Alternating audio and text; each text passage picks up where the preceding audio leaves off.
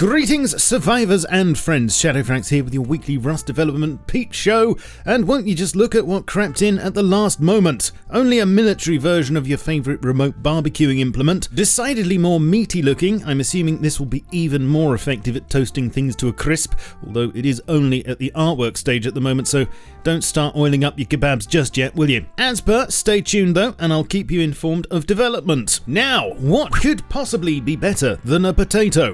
That's right, a super potato. Yes, the other big story this week is one that I think will be close to your poor little fried chipsets, following closely on the heels of recent performance woes in Rust. Because if you fire up the staging branch right now, you'll notice a new setting is available. Super Potato Mode. The main difference here is that all textures are automatically lowered to 1/8 of their full resolution instead of the quarter resolution currently available on standard potato. That's twice as much, or half depending on how you look at it. This should help out any users who are having issues with high memory usage, which in turn is causing crashes and stutters, so if you fit that description, then give it a go. Although in the commits this was stated as a test, I'm reliably informed that there are no plans at the moment to jack it in.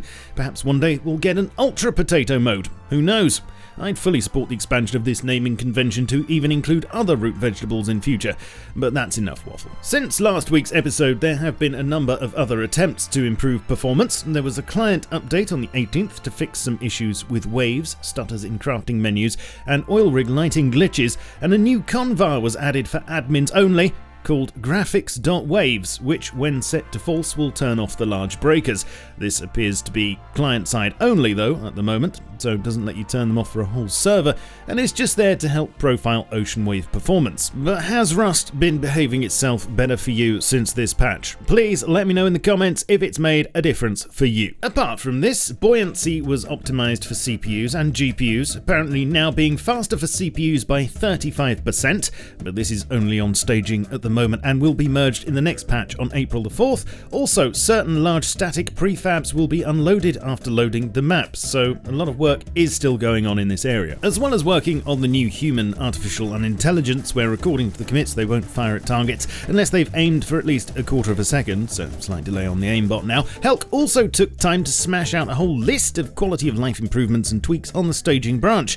Firstly, it seems attention is finally being turned to the Thompson, and you can now clamp flash and laser lights to it. While he was at it, he also improved laser effects and flashlight effect wall clipping. Underwater crates now untie in half the time they used to, making diving excursions that bit more tempting. Minicopter fuel tanks can only be accessed now if either the engine is off or the pilot is absent. The collision shape for said minicopters has been tightened up, and you may or may not like this, but they now decay at half the outside rate when kept indoors instead of just lasting forever. You can now finally recycle bean and tuna cans in recyclers. Huzzah! With them yielding 10 and 8 frags each respectively.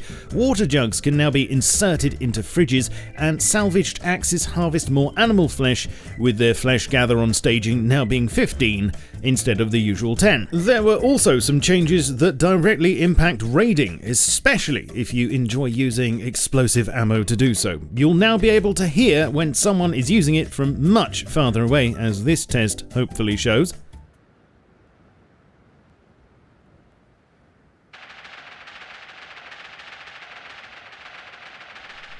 And using explosive ammo will now cause weapons and silencers to lose health much faster, as this test hopefully shows.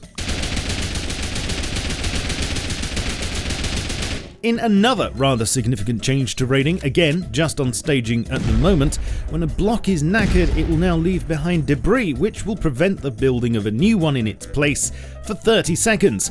This obviously makes it harder for defenders to keep you out during an online raid. Not that those ever happened, but you get the idea. In other fixes, ores will no longer spawn inside hilltop rocks, vending machines can no longer be placed through the world layer, drop boxes can now be repaired, and barbed metal and wooden barricades will now stack to 10. Also, talking of stacking, you won't be able to do that anymore with shelves come the next patch. So there, quite a few changes, I'm sure you'll agree. You may feel that some of them make your life harder, but look on the bright side. They probably make other people's lives harder too. Apart from clans, because everything makes it easier for them. In works in progress, I was hoping to have more visuals for the excavator monument, but it's still not quite ready to show and tell yet. However, I do have a few images of progress on the new lighting for the compound, which as you can see will bring it up to par with other places that have already had special treatment, such as the military tunnels and oil rig. Once again, thank you for lending me your eyeballs. I'm sure I don't need to remind you to lovingly spank the like and subscribe buttons, but please do. Also, that notification bell's looking a bit needy, even though it doesn't do anything. You can watch me play stuff live on Twitch, where I now have a new pie emote, which is one of the best on the platform, if I do say so. You can stay up to date with my content and get notifications of new uploads on Twitter, Facebook, Discord, and my Steam group. I shall catch you all soon, but in the meantime, keep calm and stay rusty. Cheerio!